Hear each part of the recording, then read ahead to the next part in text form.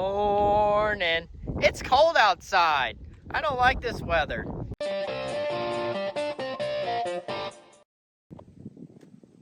Grain cart's at home base. So is the red combine. The guys actually finished up harvest without me. I did get to bring home one of the bean heads, but they did wrap up harvest without me. I was surprised. I was thinking that today would have been the last day. It still kind of is, because Dad has a little bit of beans he's gonna combine for the neighbor, but I don't know if I'm really gonna need to help him for that. So it's a little bit chilly today, but next week it's not supposed to be too bad, so it's actually gonna be a nice time to actually clean up the combine. It's not gonna be freezing cold.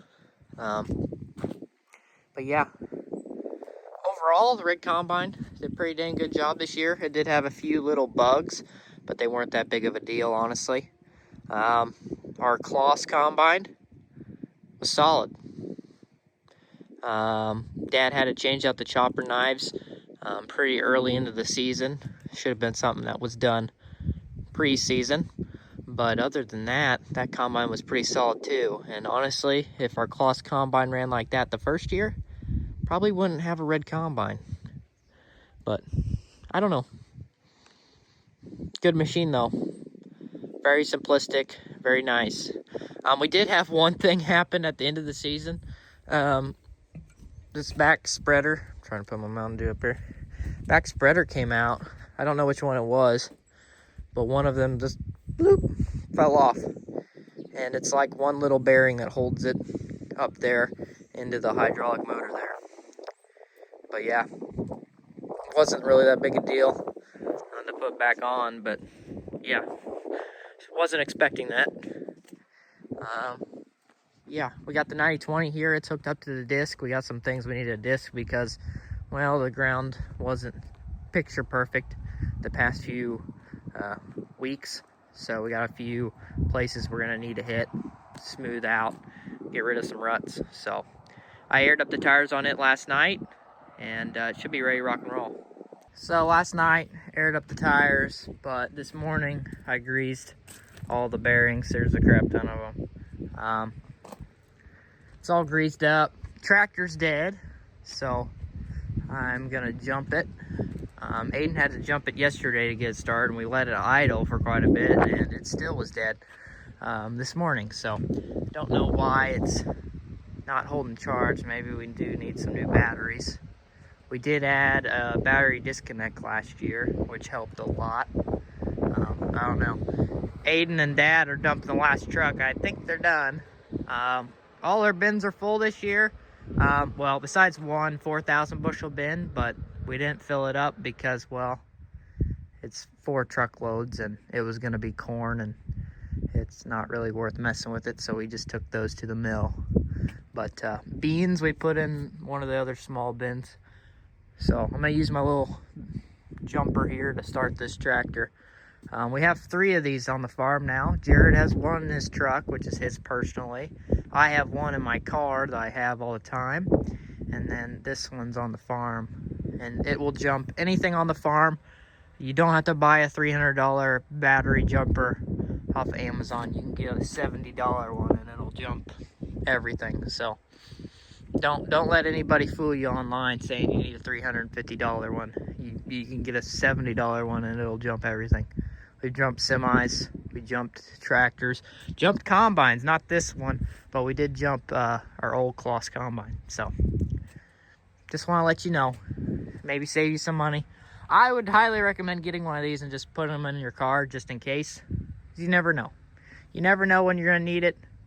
I was hoping that we wouldn't need it today, but we did. There we go.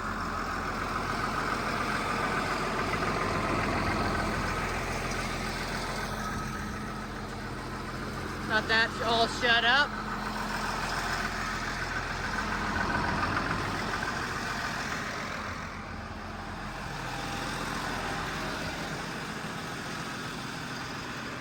Aden's got his drink in here and everything. We're gonna idle it up just a little bit. There we go. yeah, so there's the battery shut off right there. I don't know if you can see it. Hit that little switch there. I had it turned off. I don't know. I guess it's in need of batteries now. He's close.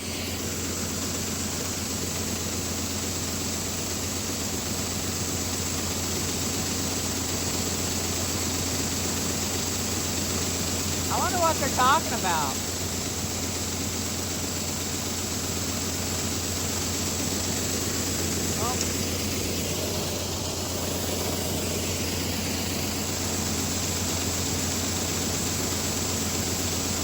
I think they're talking about where Aden's gonna disc today. I don't know. That's my thought. So, got that bin full and that last truck unloaded, so we were very lucky there. But now, a change of scenery. I am in the 9482, which is one of our older four-wheel drive tractors. Actually, our oldest four-wheel drive tractor. The 9020 is the second place. And I am working brand new terraces that Grandpa built on the new farm behind his house. He built these right after we got beans off, and the other half of this farm is planted to wheat, which you can actually kind of see it up there on that hill. Half the farm's wheat, half of the farm's going into corn. And once that wheat is harvested, the rest of this farm's going to get more work done to it. So, let's just say previous owners of this farm didn't give it too much love, and we're coming in and we're going to fix her up real quick and put hog manure on it, and we're going to fix, it's going to fix all the issues it has. But right here, we got 3 terraces, and what they're doing is they're collecting water that comes off this hillside and taking it down into the ditch. Because if not, before these terraces, there's a huge ditch that came up the middle of this, and it was just a massive amount of erosion that was happening, all because of, well, not managing the water from off this hill. And also, the previous owner loved working the ground a lot, so water or dirt would wash away. Now, the only reason I'm working it right now is to smooth out these terraces, and then after that, we're not going to touch these. But yeah, so normally a Discovator like this won't be used this time of year because the ground's frozen, but it hasn't froze yet, so I'm lucky. This is hopefully I'm planning on unhooking this after I get this all worked up. But yeah, Grandpa actually left it pretty smooth and it got some rain on it, so it smoothed it out quite a bit. But gonna smooth it up so we can put anhydrous on for the corn that's gonna be planted on this field. So the plan is to finish up working these terraces and smoothing them out, and then hopping across this tree line and smoothing out a few more, then unhooking this Discovator and hooking up to the anhydrous bar, because, well, that's the next thing in line. We're gonna start putting on anhydrous down for our corn acres. So anhydrous is a form of nitrogen, and let's just say it's a miracle grow for corn. I mean, you can't grow corn without nitrogen. So so this thing will be put on our small toolbar, which is, I think, is a 15 shank toolbar to put on anhydrous, which this tractor's overkill, and it's also overkill for this Discovator. This is our smaller Discovator. Normally this thing's on the bigger one, but for working these terraces, especially when they're soft, the small Discovator doesn't have to get on top of the terrace to go around the riser, so it doesn't wear down the terrace at all. Because the first year of these terraces, they're a little bit soft, and then probably a year from now, probably when we're combining corn, they'll be hard as a rock. So yeah, the more you know. So I worked those terraces over there. Now I'm on the opposite side, and here's more terraces. And right down there used to be a massive ditch, but now that the terraces are here, we're not going to have that problem anymore. And here's wheat. Those terraces were taken care of before we put in our last crop, so those terraces are good. but there is work that needs to be done kind of on that side of those trees over there. So it takes time, especially with a farm like this. This one's had some abuse. Actually, for a few years, the movie stars that are now getting in trouble for fraud, they farm this as well. Let's just say this farm needs a lot of love, and it's probably 70% there now. It's probably 70% there now. As soon as we get that wheat harvested, and we finish those terraces on kind of on that side, it'll be ready to rock. But yeah, if you're wondering why not do it all at once, well, that costs a lot of money, and it takes a heck of a lot of time. It takes a lot of time to build a terrace, and well, and a lot of money. So that's why we're doing it at different times, and also why we're planting wheat and then doing it after we harvest that wheat. Well, that's the time whenever nobody else is wanting terraces. So that's why we do it that way. This seat is very squeaky, and I am, it is definitely more rough on these terraces than they were on the other side. But these terraces are a lot more fresh than the ones over there. Those were built first. And yes, it's cold outside, and I got a Woodward Farms stocking cap. If you're interested, they're down below. If you're new around here, consider subscribing. Think of it as a charity to subscribe, you know. It's free. It's free. It's free. It's free. It would mean a lot. Thank you. Thought I'd hop out and show you guys the wheat. I don't know if you guys can see it very well. Here it is. But yeah, last year, these two terraces here were built. There was a massive ditch that came from those trees right there out this way. And this whole side of the farm is planted to wheat. And right over there, as you can see where dirt work has been done, we need to build some more terraces over there. But yeah, I've got these terraces worked. I do have a little bit right there I need to work. But yeah, this part of the farm got hog manure on it, the side that's going into corn. So that's gonna help it out a lot. But yeah, this farm has had a lot of work done to it. I have a playlist on the YouTube channel of last year, the work we did to it before we planted this farm to beans. But you know, it takes some time to do all this work to it. But yeah. Now, why did we buy this farm if it needed all this work done to it? Good price, and it's butted up against our whole main farm. So hog manure, being able to bring it and put it on this farm, turning really crappy ground into gold. That's pretty much what hog manure is able to do. Especially even on our main farm, it has done magical things for us. So yeah, that's why we got this farm. It's like 450 acres, pretty close to it, and it's right up against stuff, the whole main farm. So yep, that's some explanation.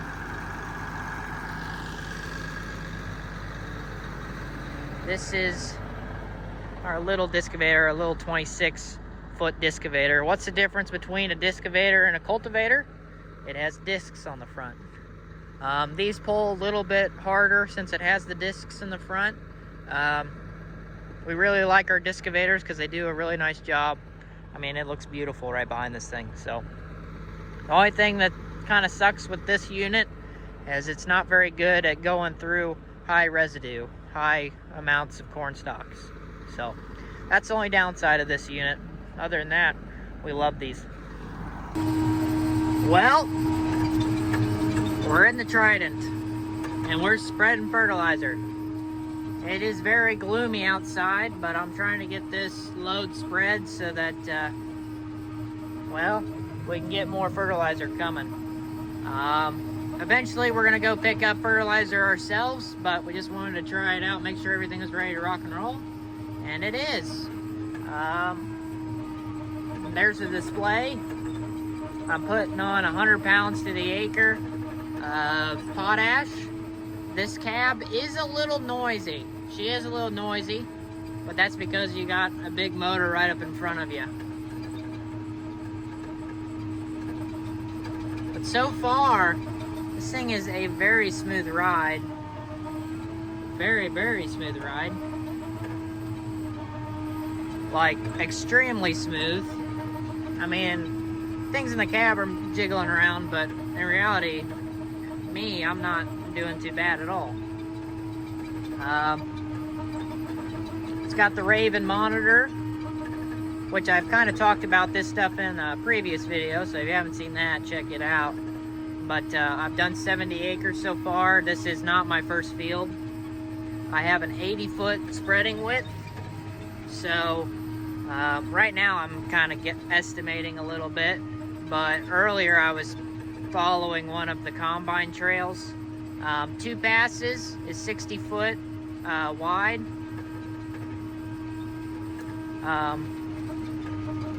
With the 2 combine tracks. So I need to be over 40. So if I'm over 40, I ride the 3rd combine track, if you kind of get what I'm saying. 3rd combine track meaning there's 2 tracks here, 2 tracks here for those 2 passes. I'm on that 3rd one. So, yeah. So far, so good. Still figuring it out. Dad spread a little bit, and we're learning as we go. So, yeah.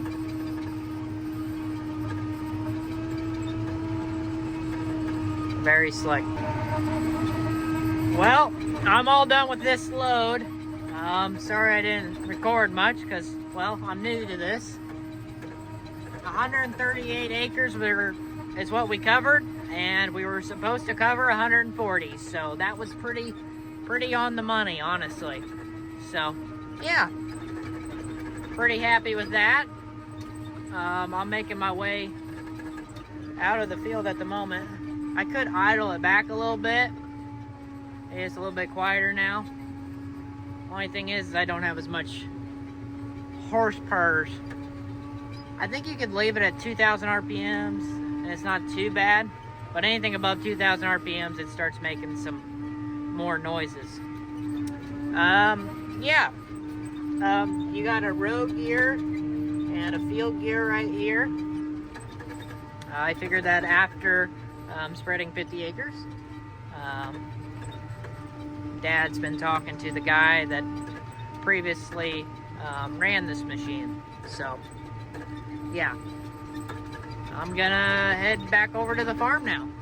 Actually, I'm gonna hop out and see how well I'm spreading when it comes to width-wise. And it's windy outside, so it wasn't a good time to be spreading in the first place.